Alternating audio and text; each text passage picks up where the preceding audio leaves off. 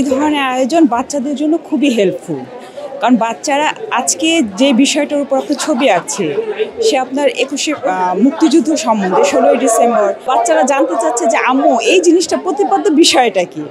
ওর ছবির টপিকটা যেমন ছিল আপনার স্মৃতিসৌধ, 7টা স্তম্ভ আঁকার মাধ্যমে কিন্তু জেনেছে। কারণ এখন পড়াশোনার কারণে বাচ্চারা অনেক কিছুই শিখতে পারে না, বুঝতে পারে না, গতানুগতিক পড়াশোনা নিয়ে ব্যস্ত থাকে। চিত্রাঙ্কন প্রতিযোগিতা এবং বিষয়ভিত্তিক 16ই ডিসেম্বর বলেন, 21শে ফেব্রুয়ারি, 26শে মার্চ এই ধরনের আয়োজন হওয়া উচিত। দেশের ভাবমূর্তি রক্ষার জন্য, সব কিছু জানার জন্য বাচ্চাদের এই ধরনের আয়োজনে পার্টিসিপেট করা উচিত। মোনালিসা হেভি ফ্লো 15 পিস প্যাকেটের সাথে 8 পিসের একটি প্যাকেট একদম ফ্রি।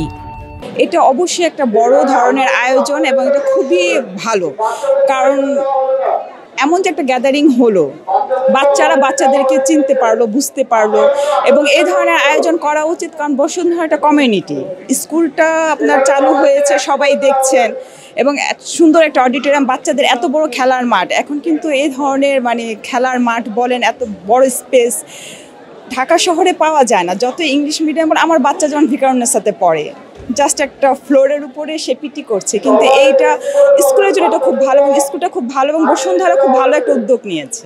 ওরা কিন্তু এই আর্টটা নিয়ে খুব এক্সাইটেড ছিল। প্রতিটা বিষয়, প্রতিপাদ্য বিষয়, যেমন তাকে, সে ক্লাস 3-তে পড়ে, আয়োজনটা ক্লাস 3 থেকেই শুরু, ক্লাস 3-তে পড়ে। আমার উচিত গার্জিয়ান হিসেবে বাচ্চাকে স্বাধীনতা বলেন, আপনার 21শে ফেব্রুয়ারি বলেন, 16ই ডিসেম্বর, এই যে স্মৃতিসৌধের 7টি স্তম্ভ, এগুলো জানানো। প্রতিযোগিতার মাধ্যমে সে জানবে, কিন্তু এখন সে বেশি আগ্রহ নিয়ে জানছে।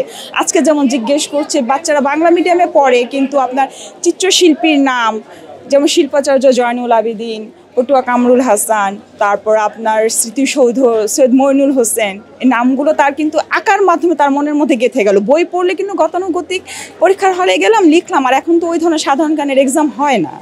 এই ধরনের আয়োজনগুলি খুব ভালো বাচ্চাদের সাধারণ জ্ঞানের জন্য।